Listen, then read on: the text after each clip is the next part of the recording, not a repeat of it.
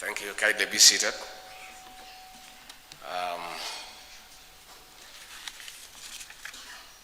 I'll be very brief because we have another function with the President on tax. Cabinet Secretary is present, senior government officials present, Board Chairman of KAM, Mr. Raju, KAM board members, the CEO, Anthony Mwangi, KAM members, invited guests, ladies and gentlemen. It is a great honor to be here this morning as we join responsibility as an action towards ensuring we leave no one behind is the innermost part of our humanity. It is our responsibility to be our brother's keepers.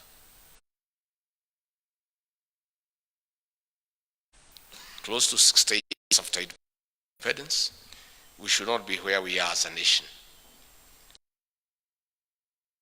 At independence, we had the promise to fight and defeat poverty, disease, and ignorance. This is not the Kenya our forefathers envisioned of the 21st century. Today, an estimated 4.3 million Kenyans across 23 arid and semi-arid counties are food insecure. Among the affected are 900,000 children under 5 years, 120,000 expectant women and lactating mothers who require urgent nutritional support. Further, 2.5 million livestock have died, and this is a big loss to the economy. That is why we have met you today as part of our immediate response partners in alleviating the situation. This is, however, a short-term measure. The dire situation we are in calls for robust, sustainable, and long-lasting solutions to drive Kenya into an agricultural powerhouse. This is because we have a lot of land suitable for crop and animal production into surplus. When we reach the surplus production, it will support our economy beyond the current contribution of 22.4% to the GDP, while creating more than 40% of jobs. One of the ways of surmounting the food crisis is bringing more of the cultivatable land under irrigation as envisioned in our manifesto. We must no longer rely on rain-fed agriculture amid threats of climate change and other calamities like locust invasions. We have a clear strategy drawing from our manifesto on revolutionizing and modernizing agriculture. This is one of the first assignments of the Cabinet Secretary for Agriculture, the Honorable Mithika Linturi. As a government, we set a lot of potential in smart agriculture. There is no reason the manufacturers cannot invest in the sector. Indeed, the next Kenyan billionaires will be from the agricultural sector. In addition, we are keen to enhance value addition for agricultural produce. This is also in line with our commitment of tapping into manufacturing to win the country off or reduce the minimum importation for consumption. This will reduce dependence on foreign markets, which are subject to manipulation and other erratic geopolitical situations, like the war in Ukraine, for the benefit of our people. To this end, we are devoted to supporting the incredible commitments made by the local manufacturers last week during the high-level meeting on Manufacturing Vision 2030, attended by His Excellency President William Ruto. While at it, we were particularly impressed by the manufacturing small and medium enterprises, SMEs, who demonstrated their ingenuity and innovations. They are very promising. We need to incorporate them into mainstream production. They are part of the answer to food security. Ladies and gentlemen, we have these hopes against knowledge that over the last few years, the manufacturing sector has experienced negative growth, especially between 2016 and 2020. This was further exacerbated by COVID-19 pandemic. I'm optimistic that the conducive business environment the Kenya government is cultivating will revitalize and allow for a bounce back We must collectively back this sector into an upward trajectory. Together, we shall strengthen quality control of domestically manufactured goods based on research and innovations to raise our share in the sub-regional, regional, and global markets. This is how we shall be equal partners in the global arena. In this regard, I challenge the Kenya Association of Manufacturers to scale up manufacturing by exploring public-private partnership model and other opportunities. With such investments, we'll be creating social equity, reducing inequality, and alleviating poverty. Finally, ladies and gentlemen, at a time when the cost of basic commodities has hit a historic high, we must urgently collaborate for a better tomorrow by investing more in sustainable, smart agriculture to defeat climate change for a stronger society. As a wind-up, allow me to reflect on a report of UNEP of 2021, which indicated that on average, every Kenyan wastes 99 kgs of food every year. This is about 5.2 million metric tons a year. This is despite the ravaging famine as millions of our people starve. This report is a reminder to generosity and recycling of food. I would like to express our deepest gratitude to the Kenya Association of Manufacturers and her members for supporting the country at this time of need. Asanteni sana. Thank you very much.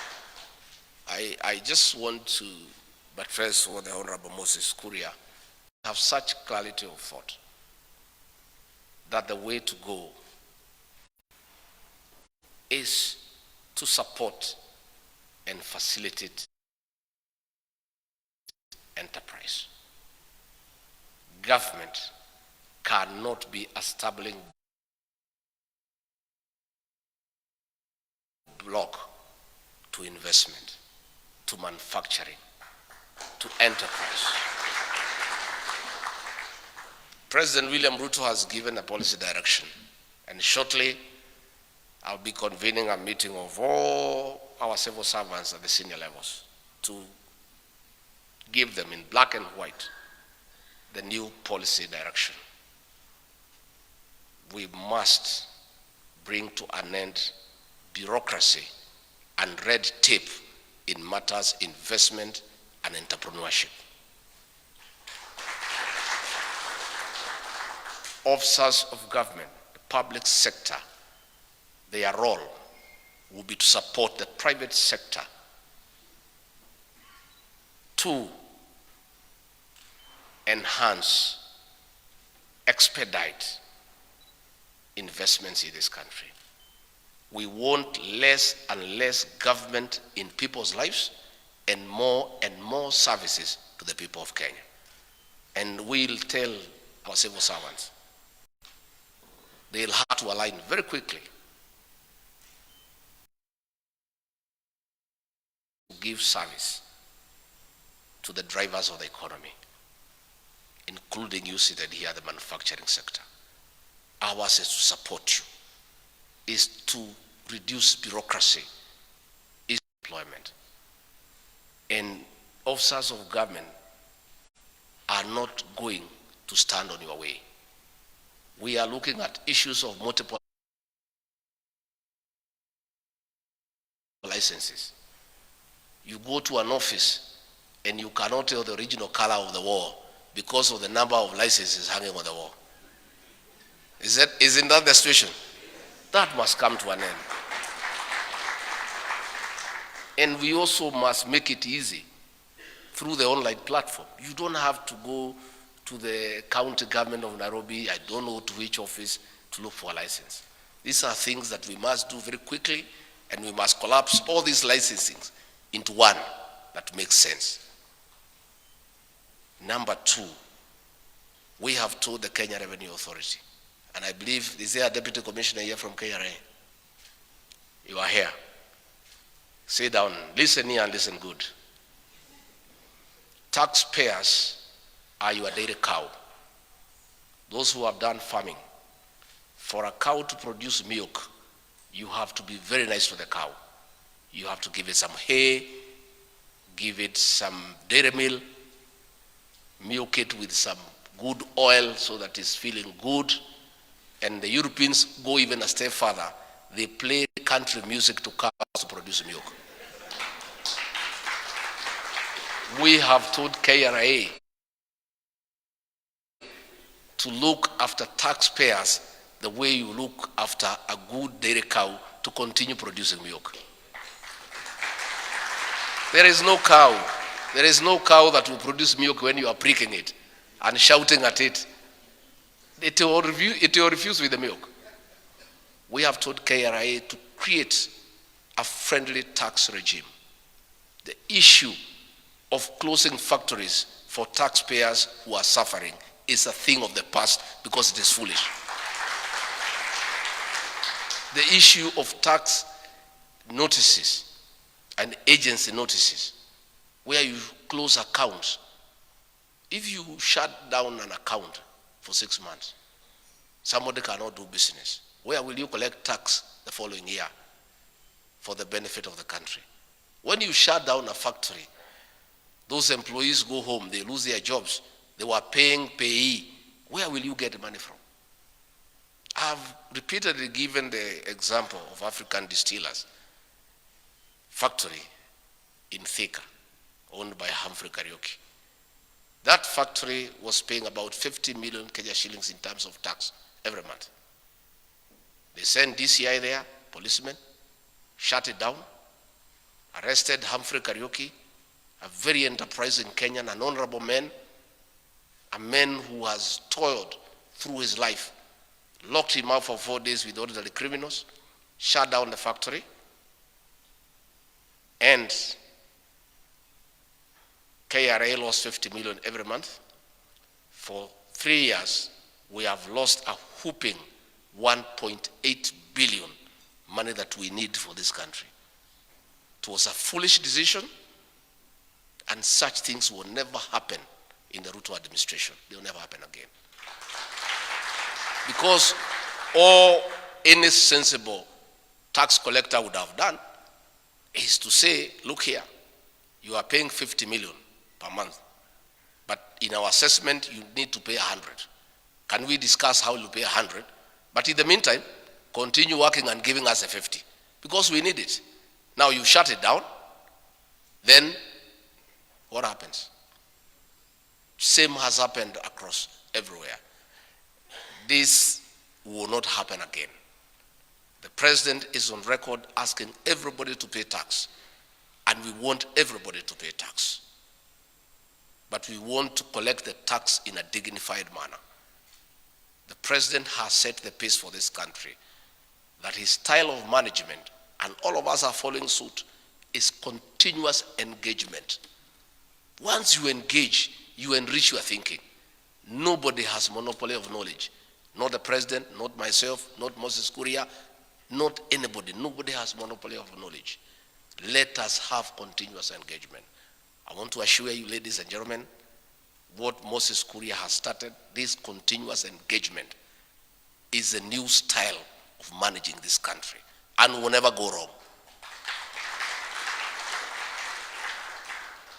And I'm very happy, at least when I was appointed running mate, the press was all over demonizing me, until I was given an opportunity, 90 minutes with Mother Karoa, and I would have up. Yeah? And for those who thought I never went to school, ask Linus Gitai, you were together in university. At least I have a witness. We were together at the University of Nairobi. We know one or two things. We don't know much. We are just the average. We know a few things. Others were saying, oh, the government of William Ruto and Gachagua is a government of thieves. They'll steal everything from the manufacturers, and the balance they'll give to the hustlers. As we are people who know how to create wealth, we have come from scratch and grown through, and we know how important it is to allow Kenyans who are hard-working to grow wealth.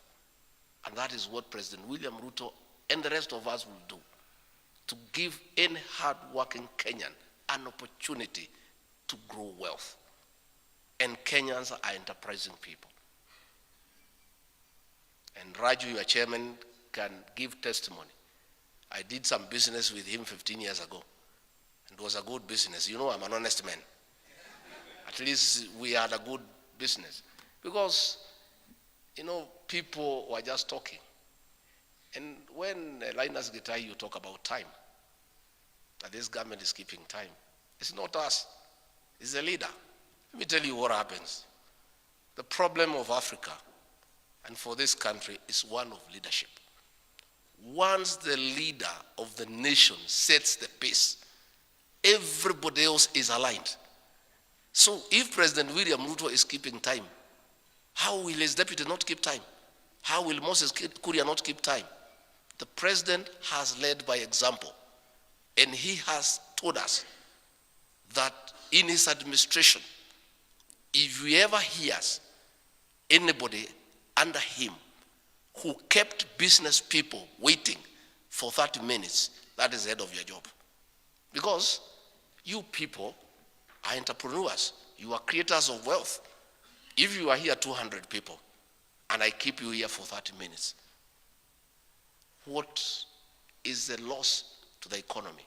And I'm just one person. Why would one person keep 200 people waiting? It is the kind of arrogance, the kind of ineptitude, the kind of lack of discretion in the previous administration that has brought this economy to its knees. And that is why there is a paradigm shift in the management style by giving respect to entrepreneurs, by giving respect to creators of wealth. Because the only way to sort out this country is to support and facilitate you guys to create wealth and create employment opportunities for our young people. So for the next 5 years, you are the guys who will keep waiting. Us will be here on time. Whatever we agree we meet, we'll be there on time. And it has nothing to do with me. It has nothing to do with Moses Kuria. It is our leader, President William Ruto. He has set the pace. He has said the way he wants anybody under him to work. And now us is just to follow. And I can tell you the problems of this country. Let nobody cheat you. That is lack of water. It is corruption. It is poor work ethics. No. The problem of Kenya is one of leadership. Once you get the right guy in office to set the pace and to give a clear outline on how management of this country will be done, 50% of our problems are over. And I want to assure you, in another 6 months, this economy will start picking. In another 6 months, you people will be happy that officers of government will be your supporters and facilitators. You will be happy to work with the government. You will be very happy to work with the government. Finally, I want to say thank you very much for calling us here to give us help. This is a very unfamiliar situation for us. Those of us who are hardworking, this thing of begging is a very painful. It's very painful. And but the situation the way it is, we have to look around. But at least I'm happy I never came to beg you, you looked for me. So at least you dignified me. So I feel much better. Why we have asked Red Cross to come, we want you to give your food and money to Red Cross because they have integrity, they have got a good name, they are transparent. Those of us in government, our name is not very good, but we are going to make it better along the way. So we don't want to touch your money for now. In another 1 year, you'll give money to me. When we prove ourselves that we are good people, we are transparent, we are open. Why we want Red Cross to handle these donations? They'll sit with us in the office, we agree on where. Because there are also some areas that traditionally have always been supported, but there are other areas that are having a serious crisis, but they have not been there in the record. So we'll sit with the Red Cross and agree. Why we want Red Cross to handle your donation is to give the food in a dignified manner. Because even if people are suffering, there is no need to take them through in dignity. because you are helping them. And why I love working with Red Cross is that they know the beneficiaries, they pack the food in a nice packet of so many kilos for a family, and we hand over that food to a family in a dignified manner, such that even if people are struggling, we don't make the situation worse by making them go through a harrowing experience of struggling and fighting for their food and scrabbling for it. So we'll be sitting down with Red Cross to agree on the areas we want to target, and we'll work with our government officials and other leaders to go there and flag off the food donations and give it a bit of publicity and talk about you people, because sometimes people do good things. It is very necessary that Kenyans know who have done a good thing. It's good. We must give you credit to what you have done. So we will not just give the food quietly. We'll say what our manufacturers have done. But going ahead, we can't do this again. In another 5 years, let's have enough food for everybody. Let's dignify the Kenyan people. Finally, foreign policy, we are having a paradigm shift. We are having a paradigm shift. We are saying that our focus to turn around this economy is increased productivity in all sectors, manufacturing, agriculture, all. Increased productivity must go in tandem with enhanced market. Because if you produce more and there is no market, it's an exercise in futility. The ambassadors and high commissioners we are going to appoint across the globe, we have a new job for them. 70% of their job will be to look for new markets and enlarge existing markets. And we are going to sign all of them a contract, an MOU for 2 years, with the figures. How many tons of coffee you gonna sell to America? How much tea are you gonna sell to Pakistan? How many tons of miraa will you take to Somalia? And if they don't, they just come back home and hustle with us around here. That is the way. Na sisi hatucheki na mtu, because sisi, we have a contract with the people of Kenya. 5-year contract, renewable on performance, terminated on non-performance. We have no intention of going home. We have no such intention. We have no intention. Our intention is to get our contract renewed. And anybody who starts on our way, tutapita na yeye. Yeah, because we must perform. And you people are lucky. We gave you our best, Moses Kuria. Our best, our finest. Our finest. Please, make use of him. Moses Kuria is passionate about matters investment. That's why we created a Ministry for Trade, Industry and Investment. Age is on his side. He has passion, he has zeal, and God has given him a good brain. What God has given Moses Kuria must count for something for this country. And please work with him. And already he has started even before he was sworn in. He's a guy who is self-driven. He's like a wheelbarrow with a big wheel. You just lift it, it starts moving. So make use of him. The Honorable Chelugui is our guy in the Hustler Fund, the flagship of our campaign. And we have trust that he will not let us down. People are talking badly about the Hustler Fund. Oh, this Hustler Fund is for the hustlers. What about us, manufacturers and the middle class? The manufacturers are the greatest beneficiary of the Hustlers Fund, because the hustlers have no factory of their own. These hustlers are retailers. They have to buy the products somewhere, from somewhere. This 50 billion a year, about 30 billion will come to you. So the Hustler Fund is your fund. It's only that these are the guys are the go-between the money and yourself. The hustlers are here. And some people are not getting the connection about the Hustlers Fund and the whole economy it is bringing money to the bottom of the pyramid. And you will find that it will expand the tax bracket. We'll get many more people paying tax, little, but when you add up, it's a lot of money. So once the Hustler Fund is launched on 1st of December, in 2-3 months, and you'll tell me, you will feel the impact. Because these people are your customers, and they'll come to you. And therefore, you'll find it is a nice economic stimulus package to stimulate the economy. Paying bills, we are paying bills of 500 billion. And I know you are feeling the heat when people are not paid, and these are your customers.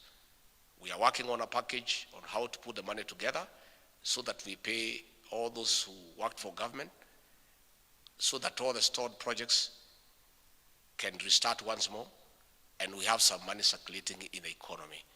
Once we have some money circulating in the economy, all of us will feel it. So finally, I want to echo the President's request.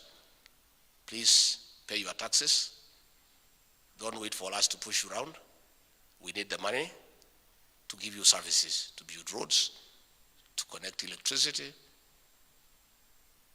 to have water provision, to give you security. We need the money. Please pay your taxes. CS Rebecca has been in the energy sector. We got her from there. She has a lot to do with you because she's on the East African community issues, which have a lot to do with you. She's also dealing with our ASAL program. And we sourced her from that area because of her competence. And we are sure that she'll add value to our government and to the people of Kenya. So I want to say thank you very much for your. So that makes us partners. We are very serious people. And together, we're going to turn around this country.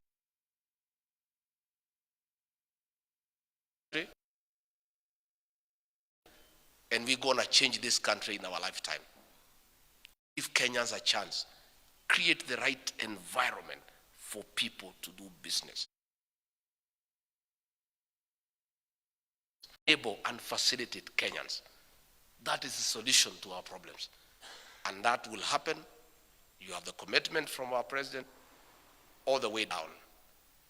And know our people will be aligned along the way to have the thinking of the president, that the way to go is to support entrepreneurship, is to support investment, is to support manufacturing, is to allow anybody who is enterprising to excel. Let us give everybody a chance to achieve your best. Give everybody a chance to see what you can do for yourself and for your motherland. And I'm sure working together, we're gonna make